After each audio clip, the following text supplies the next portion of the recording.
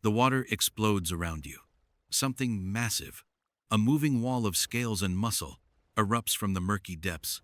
Your brain barely registers what's happening before you're airborne, caught between crushing jaws. The pressure is unimaginable. 74 teeth, each the size of a railroad spike, puncture through your wetsuit. You're not being killed. You're being sampled. Welcome to the Cretaceous. The air contains 35% more oxygen than what your lungs evolved to process. Every breath feels wrong. Too rich, too heavy. Your modern human body wasn't designed for this world. The temperature hovers around 95 degrees Fahrenheit with 90% humidity. You're already dehydrating faster than you realize. The Deinosuchus releases you into deeper water. Not mercy, strategy.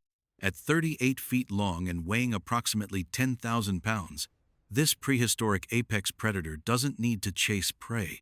It's perfected the art of patience across 82 million years of evolutionary dominance. Blood trails behind you as you desperately swim toward the shoreline, each stroke growing weaker. You make it to a muddy bank, gasping. Your right arm hangs useless, compound fracture visible through shredded skin. The initial shock numbs the pain, but that's temporary. Infection in this ancient world would kill you within days. Except you won't live that long. Something moves in your peripheral vision. Not Deinosuchus. Smaller. A juvenile. Only 15 feet long. A mere 2,000 pounds. You realize the horrifying truth. You've stumbled into a nursery territory.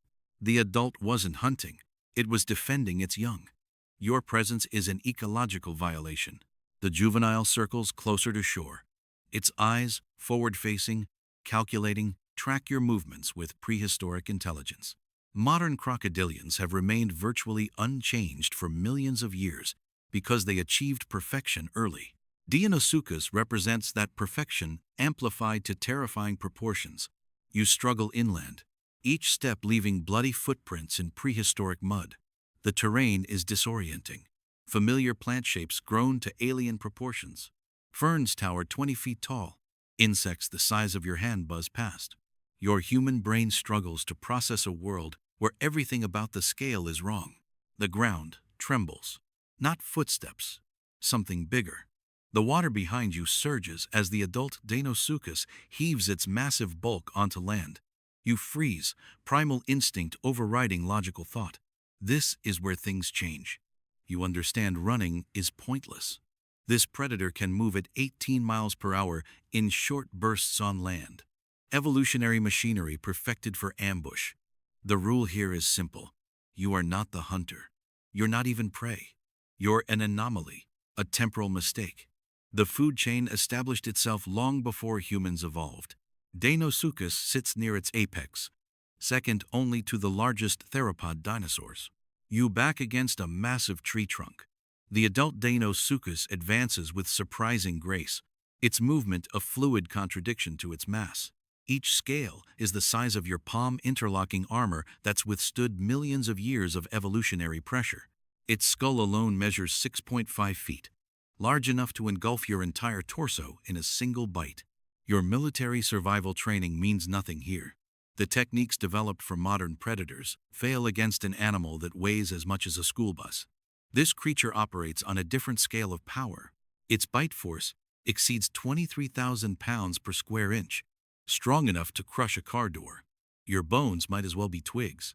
The juvenile has circled behind you, cutting off escape.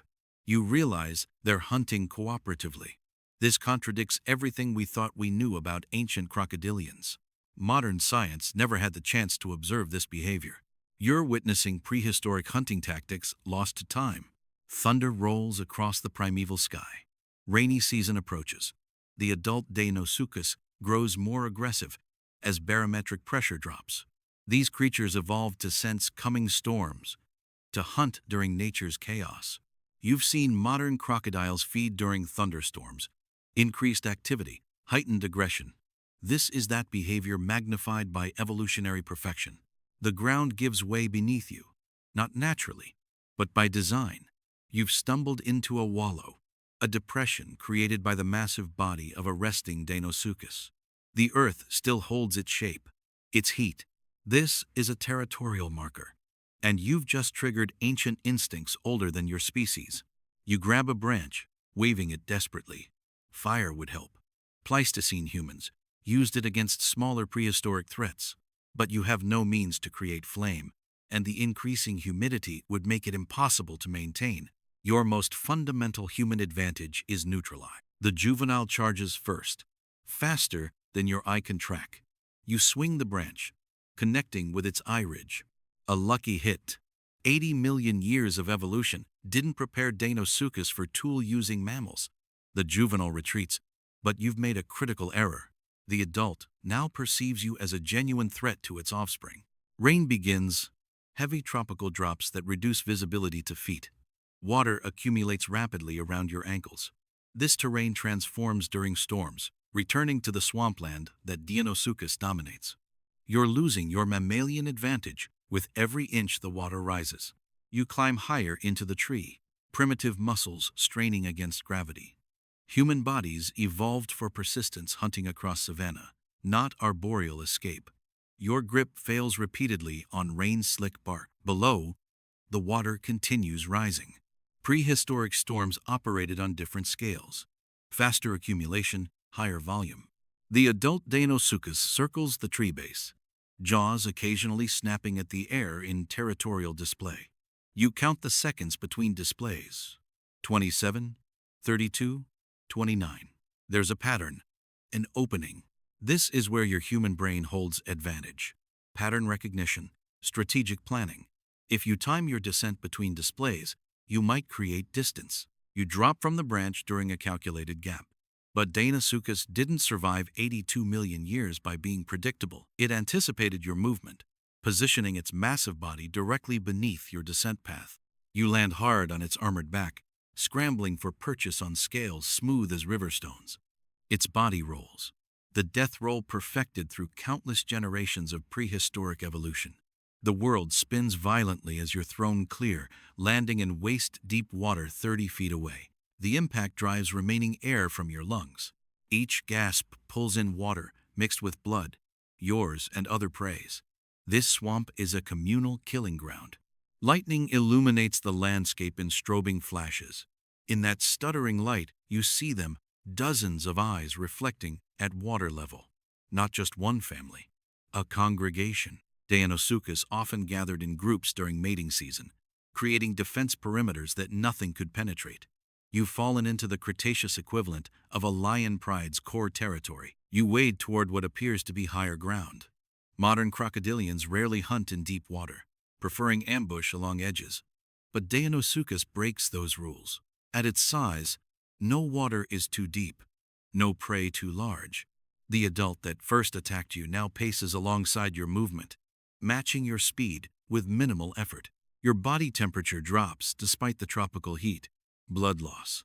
The compound fracture in your arm throbs with each heartbeat, tendrils of pain shooting to your spine. Human bodies weren't built to withstand this type of trauma without medical intervention. Your ancestors would have died from injuries a fraction this severe. The juvenile has regained courage. Approaching from your blind side, you sense, rather than see its presence, an evolutionary gift from ancestors who survived by detecting predators. You pivot, using your remaining strength to splash water toward its face. A desperate tactic that buys seconds, not survival. You reach a mud bank, collapsing from exhaustion. The storm intensifies, water rising an inch every minute. This isn't just rain. It's geological time asserting itself, the land returning to ancient patterns. The Deinosuchus congregation moves with practiced coordination, forming a semicircle around your position. The adult that first attacked emerges fully onto land. In the rain, its true scale becomes apparent. Its tail alone spans 17 feet, thick as a telephone pole at the base. Modern saltwater crocodiles reach maximum lengths of 20 feet, barely half this creature's size. Science estimated Deinosuchus specifications from fragmentary fossils. Those estimates were conservative. You attempt standing, but your body refuses commands. Blood loss has reached critical levels. The human body contains approximately 1.5 gallons of blood. You've lost nearly a third. Cognitive function diminishes as oxygen delivery fails. Your vision narrows, the prehistoric world reducing to a tunnel focused on the approaching predator. The ground beneath you vibrates with each step the Deinosuchus takes. Its gait is surprisingly elegant for a creature of such mass, the product of millions of years of refined hunting mechanics. Modern crocodilians seem crude by comparison, like evolutionary drafts of this perfected design. Rain sheets across its armored back, cascading like waterfalls from its ridged tail. This creature evolved for precisely these conditions: tropical storms, rising waters, disoriented prey. While the environment works against your mammalian physiology, it enhances every advantage Deinosuchus possesses. The juvenile approaches from behind while the adult maintains your attention from the front. Classic pack hunting behavior, thought impossible for ancient crocodilians. Your scientific understanding reshapes even as your survival chances diminish. Knowledge that would revolutionize paleontology if only you could communicate it to the future. You reach for a sharp stone, the last resort of desperate prey. Your fingers close around it just as the juvenile makes its move. You strike lightly, connecting with soft tissue beneath its jaw. A lucky hit that produces a sound no human has heard in 82 million years. The distress call of juvenile Deinosuchus, high-pitched for its size, carrying across water with remarkable efficiency. The effect is immediate. The adult charges with speed that defies comprehension. Its massive body crosses 20 feet in under a second. Jaws open wide enough to engulf your entire torso. You raise your arm in instinctive defense, the last mistake countless prehistoric mammals made before extinction. The pressure is beyond pain, a fundamental reorganization of bone and tissue. Deinosuchus doesn't just bite, it engulfs. Its tooth arrangement evolves specifically to prevent escape. Each tooth finds purpose: the front for grabbing, the sides for holding, the rear for crushing. Your arm disappears to the shoulder, pinned by pressure exceeding 15 tons. It doesn't thrash immediately. Instead, it waits. This is calculated behavior, allowing blood loss to weaken struggling prey. Modern crocodilians sometimes hold large prey underwater to drown them. Deinosuchus doesn't need water. Its bite force alone ensures no prey survives the initial attack. Your consciousness flickers as shock takes hold. The prehistoric world warps around you, time stretching like prehistoric amber. Through fading vision, you notice something remarkable. Scarring across the Deinosuchus snout, evidence of territorial battles with creatures of similar or greater size. This isn't just an apex predator. It's a battle-tested survivor of an ecosystem more competitive than any in modern history. The death roll begins without warning. Your body becomes a pivot point for 10,000 pounds of prehistoric momentum. Centrifugal force separates muscle from bone, tissue from socket. What human evolution spent millions of years assembling, Deinosuchus dismantles in seconds. As consciousness fades, a strange clarity emerges. This isn't personal. You haven't been hunted or targeted. You've simply been processed. Organic matter encountered and consumed according to patterns established millions of years before human consciousness existed. There's something almost transcendent in being reduced to your fundamental ecological role. Your last sensation is water closing over your face as the Deinosuchus drags what remains toward deeper swamp.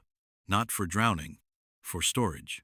Like modern crocodilians, Deinosuchus often cached larger kills, allowing decomposition to soften tissue for easier consumption. Your body will be wedged beneath a submerged log, transformed from human to nutrients. The congregation gathers, ancient feeding behaviors triggered by blood in water. They won't fight. Hierarchies established long ago determine feeding order. The injured juvenile receives preference, your blood mixing with prehistoric waters as rain continues falling. The same rain that fell on dinosaurs, on ancient forests, on a world where mammals existed only as small, nocturnal creatures hiding from giants. In death, you achieve a connection with prehistoric life impossible for living humans.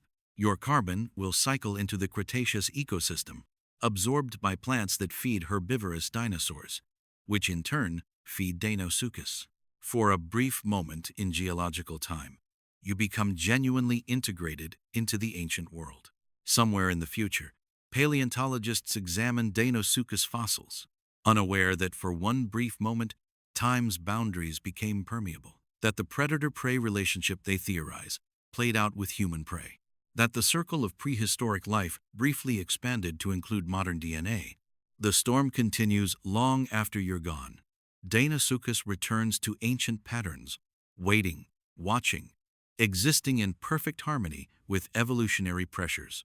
Its kind will continue for millions more years before extinction finally claims them, leaving only fragments in stone for future beings to discover. In the end, you weren't defeated by a monster. You encountered a perfect evolutionary machine, operating exactly as designed. Against such perfection, against 82 million years of refined predatory adaptation, human intelligence and technology absent, you never stood a chance.